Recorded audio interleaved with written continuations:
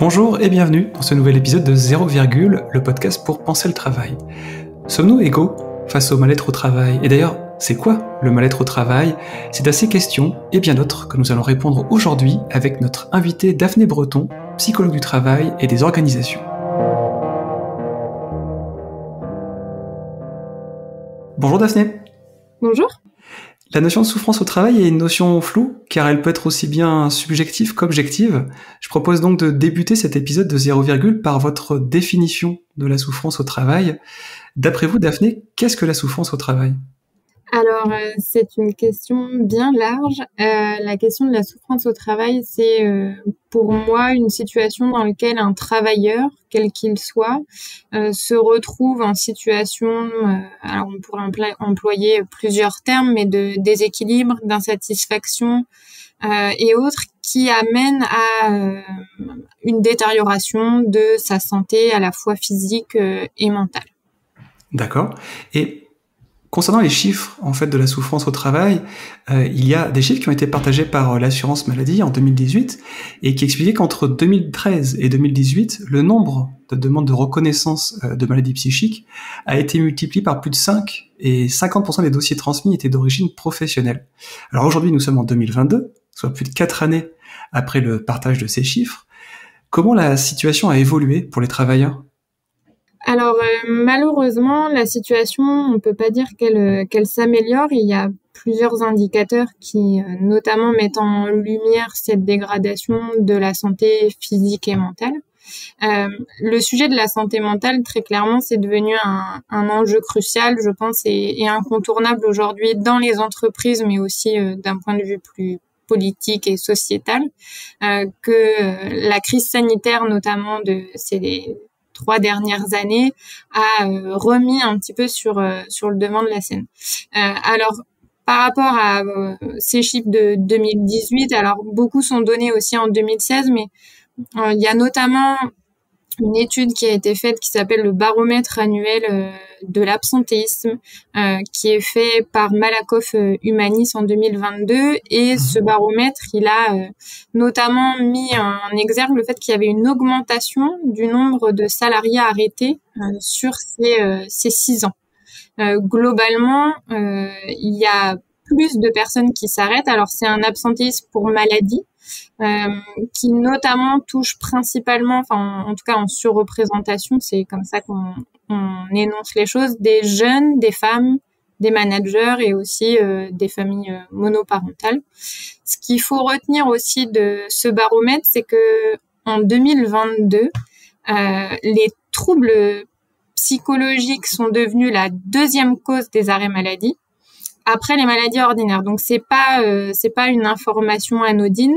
Ça vient bien montrer notamment que la santé mentale des Français se détériore, et ça va dans le sens de toutes les autres enquêtes qui sont menées depuis sur ces sujets-là. On remarque notamment que c'est plutôt les arrêts longs qui sont en augmentation. Alors certaines interventions au niveau de l'assurance maladie et autres mettent en lien avec le vieillissement de la population notamment, qui amène des arrêts plus longs et pas forcément courts. Bon, alors ça c'est après des sujets qu'il faut un peu plus approfondir pour essayer d'aller voir notamment les chiffres de toutes ces études-là.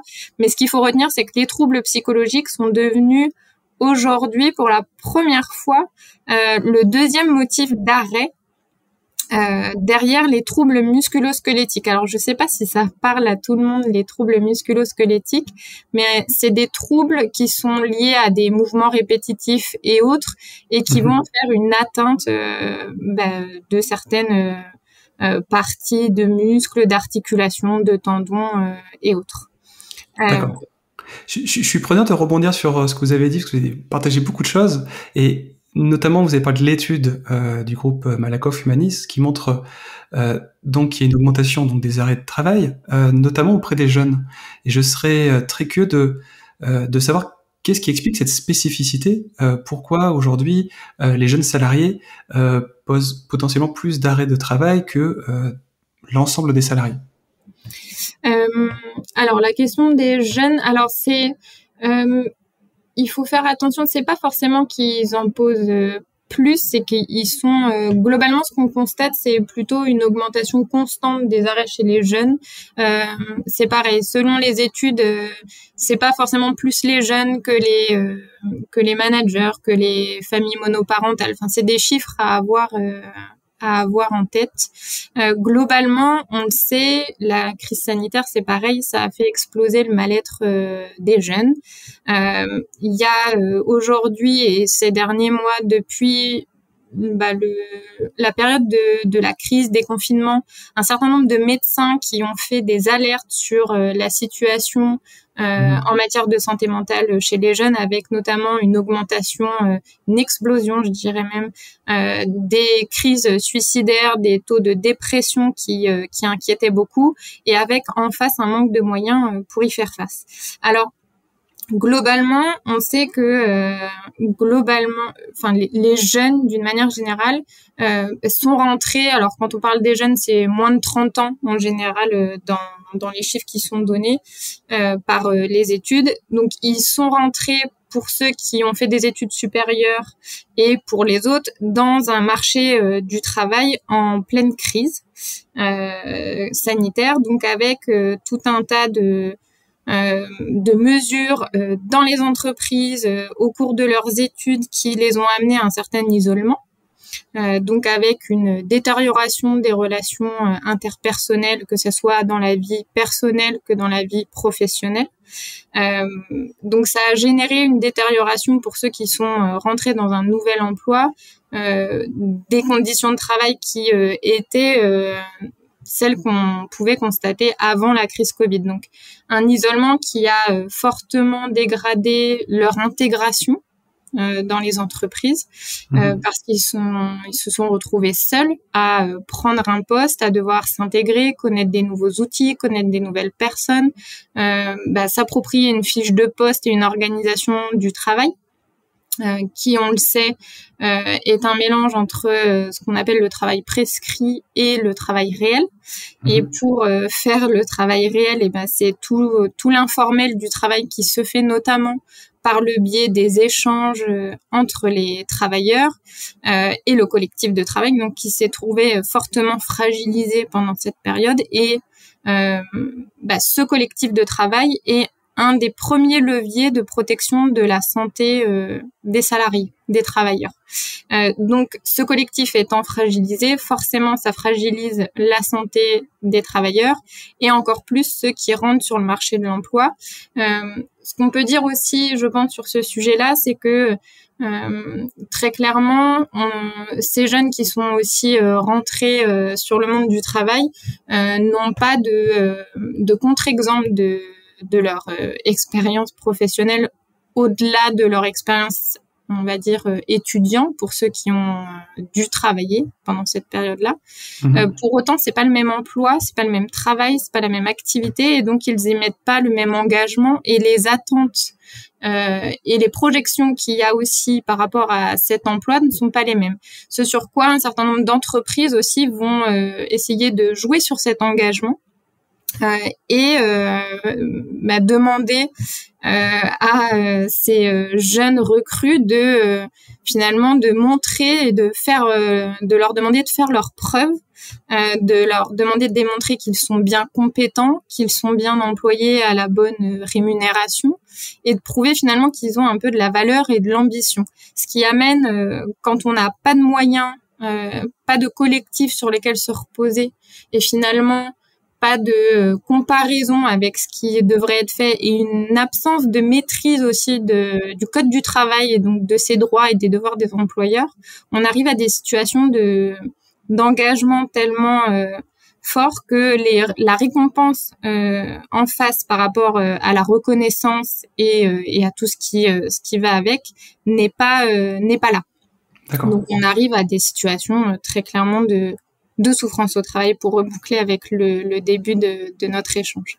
Ok, et au-delà de l'âge, est-ce que l'activité professionnelle, la position hiérarchique ou encore le statut public ou privé joue un rôle sur le fait de se sentir bien ou mal dans son emploi ?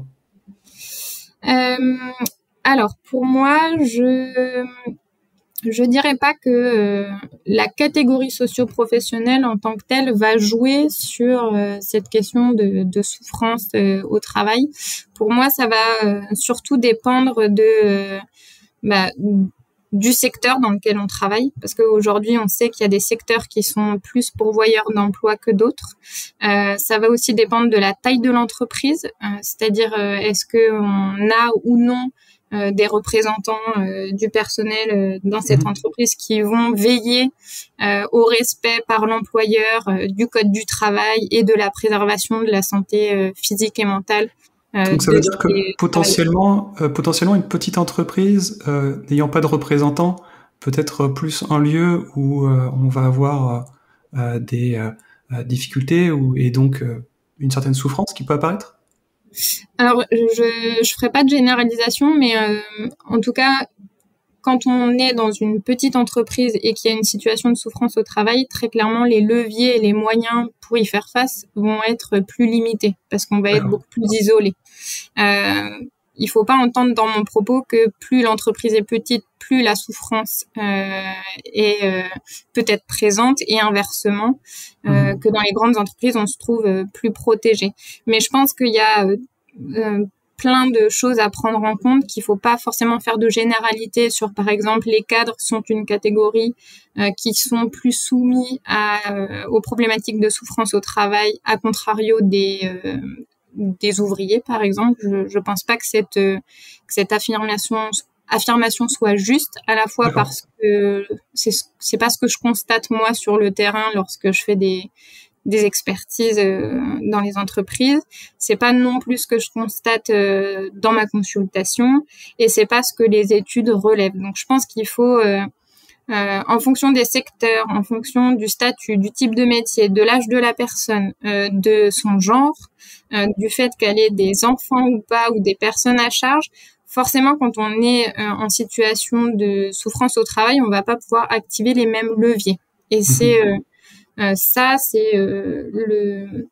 aujourd'hui, on sait qu'il y a des secteurs qui sont fortement touchés par des réorganisations, des restructurations qui notamment impactent les conditions de travail, les conditions d'emploi et donc la santé de ces travailleurs. Donc c'est tout ça qu'il faut prendre en compte par rapport aux questions de souffrance au travail, il me semble.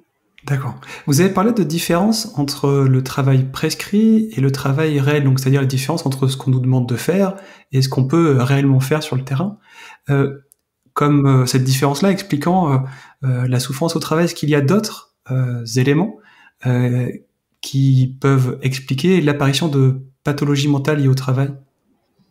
Alors oui, il y en a beaucoup, très clairement. Alors il faut pas hésiter à me questionner si jamais j'emploie des termes un peu trop techniques, mais bon, en gros, ça a été reconnu par plein de spécialistes, de scientifiques en matière de santé au travail, que le travail, il peut à la fois être ce qu'on appelle un facteur plutôt de préservation de la santé mentale. Alors, il faut entendre travail en termes d'activité et pas uniquement en termes d'emploi. Mais il peut aussi être du coup constructeur d'identité, de reconnaissance, mais aussi il peut être un facteur de souffrance importante. Plusieurs formes d'organisation du travail. Alors, on entend beaucoup, je ne sais pas si ça va vous parler, mais les organisations de type taylorienne, de type lean management, qui vont avoir un impact qui a été prouvé en matière de conditions de travail et d'impact sur la santé à la fois physique et mentale des travailleurs. Il va y avoir aussi l'exposition à des facteurs de risque professionnels qui vont aussi avoir ce pouvoir, ou en tout cas c'est pas un pouvoir dans le sens positif, mais de fragiliser la santé mentale des travailleurs. Dans les facteurs organisationnels à l'origine, notamment des risques psychosociaux, alors je ne sais pas si les risques psychosociaux, c'est une notion qui va être comprise par tout le monde, mais en gros, ce qu'il faut entendre dans les risques psychosociaux, c'est les risques qui sont pour la santé mentale, physique et sociale, donc qui sont engendrés par les conditions d'emploi les conditions de travail. Donc, dans le travail, on entend organisation et relations. Oui. Et qui vont du coup avoir des conséquences. Alors, il y a un rapport qui a été notamment publié et demandé par le ministre du Travail de l'époque sur cette question de risques psychosociaux, et 6 facteurs de risques psychosociaux au travail ont été identifiés. Alors, je vais essayer de les vulgariser, mais en gros, c'est les exigences du travail, donc ce qui renvoie à la quantité, donc à l'intensité du travail, aux horaires de travail, à la prévisibilité, à la pression temporelle, à la complexité du travail, aux interruptions de tâches, aux difficultés de conciliation entre la vie au travail et la vie hors travail. Il y a également les exigences émotionnelles, donc ça va beaucoup parler quand on entend des postes qui sont en lien avec de la clientèle, des patients. Donc, le fait d'être confronté ou non à de la souffrance et à devoir maîtriser ses émotions. Le manque d'autonomie, de marge de manœuvre dans le travail. On entend aussi le facteur donc de manque de soutien social et de reconnaissance, donc tout ce qui a trait aux rapports sociaux au travail, on appelle ça. Il y a également les conflits de valeurs et le dernier, l'insécurité de la situation professionnelle. Et donc, ces facteurs de risque-là vont avoir et vont pouvoir impacter les salariés à la fois dans leurs conditions de travail, mais s'ils sont exposés à ces facteurs de risque de façon plutôt prolongée, les impacts sur la santé vont potentiellement se développer. Et pour faire face à ça, donc chaque travailleur ne reste pas sans rien faire, sans agir, et on va essayer de développer ce qu'on appelle des stratégies de défense qui sont soit individuelles, soit collectives, pour essayer de tenir et de faire malgré tout un travail de qualité et un travail dans lequel on y trouve du sens et dans lequel on va s'y retrouver. Pour autant, quand on est dans ce type d'exposition, les ressources pour mettre en place toutes ces stratégies, elles sont pas infinies. Je pense que ça va parler à plusieurs personnes qui vont écouter, mais à des situations d'épuisement professionnel et donc de situations... D'accord. Vous avez parlé d'isolement aussi tout à l'heure, en parlant des jeunes qui se retrouvaient pour la première fois dans une situation d'emploi et qui, à cause du Covid, se retrouvaient seuls face à leur ordinateur pour intégrer et pour comprendre leur nouveau métier. Est-ce que ça signifie que le Covid a eu un impact fort sur le mal-être au travail ? Alors, c'est un sujet qui est à double tranchant. Alors, le télétravail, très clairement, c'est plébiscité pour un certain nombre des avantages qu'ils vont engendrer à la fois pour les salariés et les entreprises maintenant. Du côté travailleur, on va dire que les avantages qui sont plutôt plébiscités, c'est le fait de la diminution des déplacements, avec la diminution aussi des frais de déplacement qui sont associés, une conciliation vie professionnelle, vie personnelle beaucoup plus facilitée, une plus grande autonomie, le fait d'être dans un environnement plus calme, avec moins d'interruptions de tâches, et aussi une opportunité de s'éloigner d'un environnement de travail néfaste. Dans les études qu'on peut faire, il y a notamment le fait de pas vouloir croiser certains collègues ou certains managers. Pour autant, malgré tous ces points positifs, le télétravail génère aussi, et ça a été démontré par un certain nombre d'études là aussi, une situation d'isolement très importante. Alors, ce qu'il faut avoir en tête au niveau du télétravail, c'est que dans un premier temps, déjà, l'aménagement du poste et l'environnement à son domicile, il est très clairement, généralement pas aux mêmes normes que celui de l'entreprise dans laquelle on travaille, parce qu'on n'est pas soumis aux mêmes règles de sécurité. Et donc, dans ce cadre-là, le risque d'accident, que ce soit chute de plein pied, le risque électrique, le risque notamment de développer des troubles musculo-squelettiques qu'on évoquait tout à l'heure, vont se trouver exacerbés. Il y a notamment une enquête qui a été faite par l'UGICT CGT au moment des différents confinements en 2021, qui a aussi pu démontrer que l'isolement et l'exposition aux risques psychosociaux lorsqu'on est télétravailleur augmentait.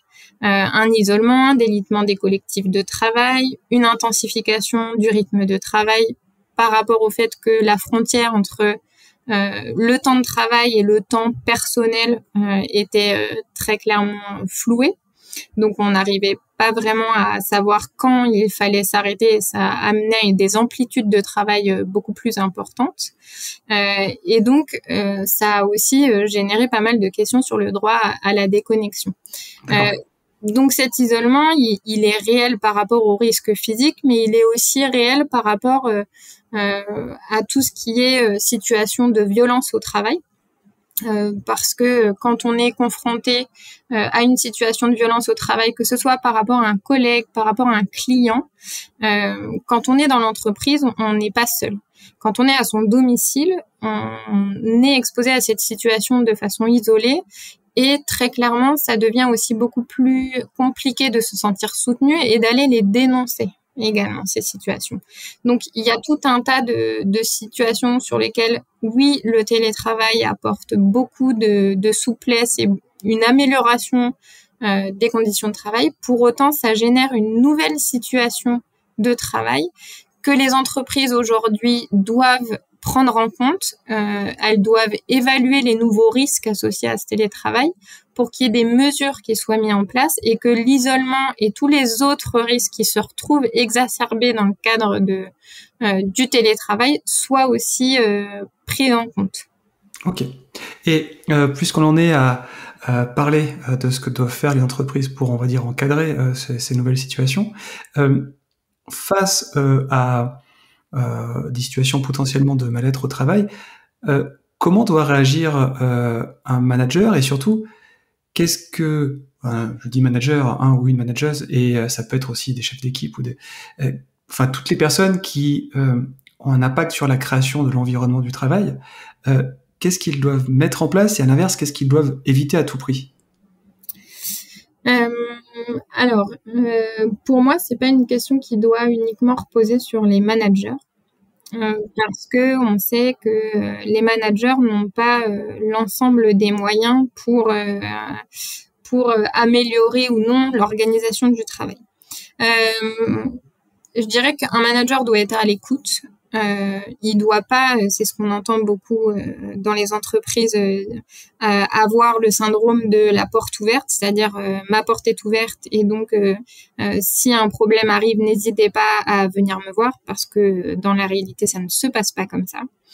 Donc, il doit être à l'écoute. Pour cela, il faut qu'il y ait des moments d'échange avec son équipe, qui puisse aller à la rencontre des problématiques de travail, questionner pourquoi et comment les personnes de son équipe font leur travail, quelles difficultés ils rencontrent dans leur travail, quelles solutions potentielles les équipes auraient comme idée pour mettre en place, pour améliorer à la fois les conditions, mais la qualité aussi du travail. Donc c'est faire remonter ça, faire remonter jusqu'à l'employeur, parce que on le sait que les employeurs ont des obligations en matière de santé mentale. Je rappelle que normalement l'employeur a l'obligation de veiller à la santé physique et psychique de ses salariés et il doit aussi prendre les mesures nécessaires pour assurer leur sécurité. Donc pour ça, il doit notamment faire des actions de prévention des risques professionnels, des actions d'information et de formation et mettre en place une organisation et des moyens adaptés. Tous ces mots sont très importants. Pour agir sur la prévention, il faut avant tout essayer de voir les mesures qu'on peut faire en matière de travail et d'organisation avant de penser à outiller les salariés en matière de formation sur comment gérer mon stress, comment mieux m'organiser ou mettre en place des cellules d'écoute une fois que le travail a causé des torts à la santé physique et psychique de leurs équipes. Et dans ce cas-là, justement, si une personne Et ce sera ma dernière question. Si une personne se retrouve dans une situation dans son emploi qui lui est insupportable, voire très difficile, comment peut-elle se faire aider et comment peut-elle être conseillée pour sortir de cette situation?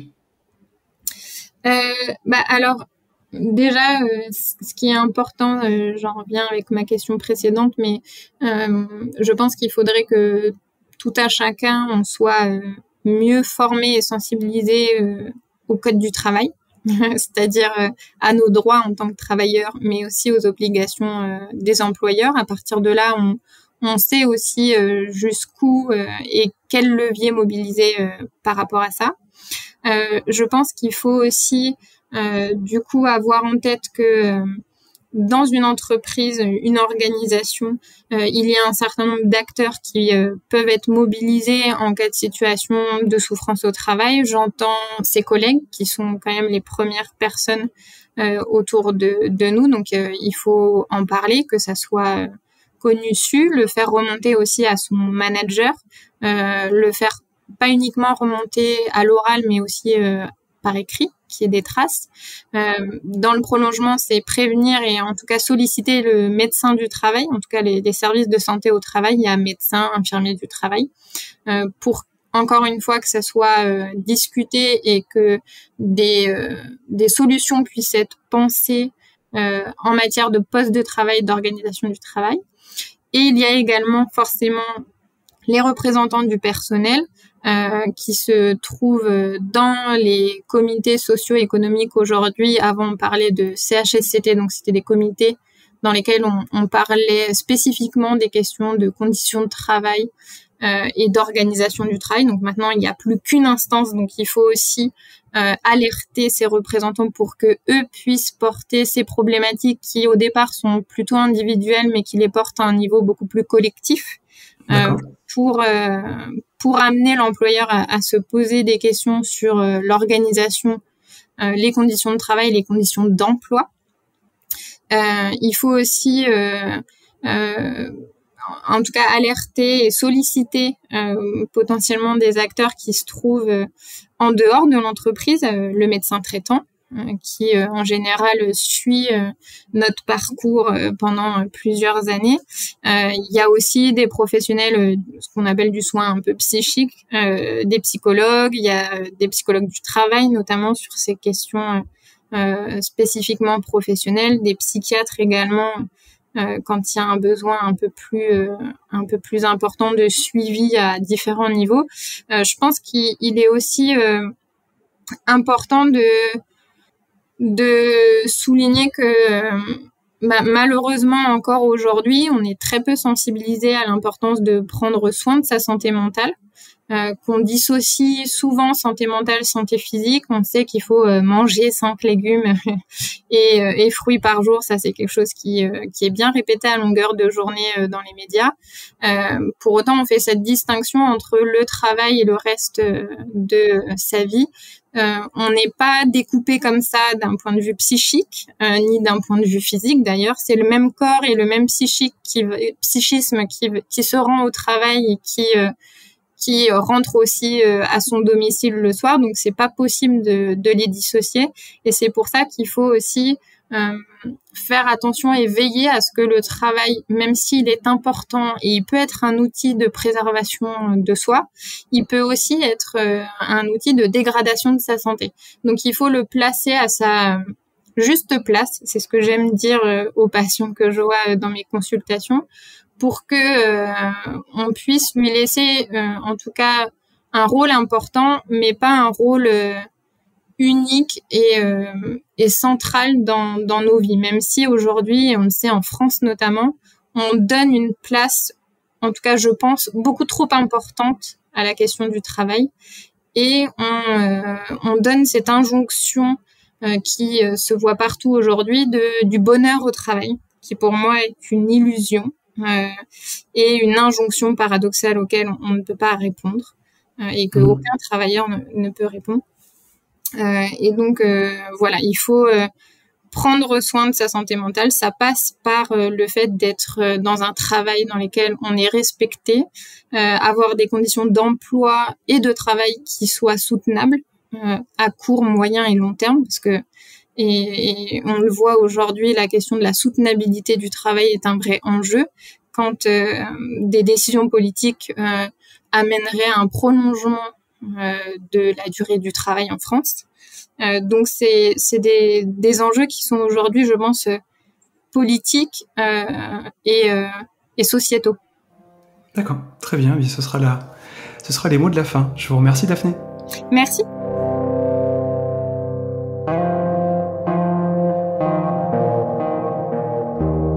C'est sur ces mots que se termine cet épisode de 0, consacré au mal-être au travail. Je vous remercie pour votre écoute et je vous dis à très bientôt.